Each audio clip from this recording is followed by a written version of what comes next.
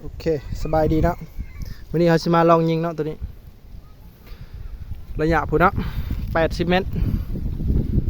โอ้อยู่ต้นงิ้วตัวนะเดี๋ยวเขาจะย่างไปเบิ่งอยู่พุ่น80 เมตรเบิ่งว่ากลุ่มมันจะเป็นยังไงเนาะลูกเซเว่นเกนนั่นลูกตัวนี้ไปเบิ่งปืนตัวนี้วันนี้เขาบริติดสโคปแคมเนาะเดี๋ยวบริเบิ่งเดี๋ยวเขาจะตั้งโทรศัพท์อยู่พุ่นไปเบิ่งเป้ากันเลยนี่นอกเป้าเขาจะยิงปลากระป๋องตัวนี้ระยะ80 เมตรแล้วก็ตัวนี้นะ2 ปองเขาจะยิงนี้ตั้งไปเลยตัวนี้80 เมตรลองยิงเบิ่ง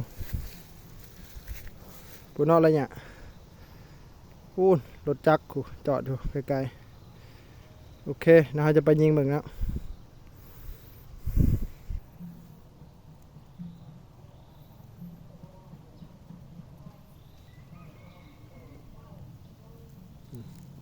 ได้แล้วเลยเห็น2 ปองเด้อ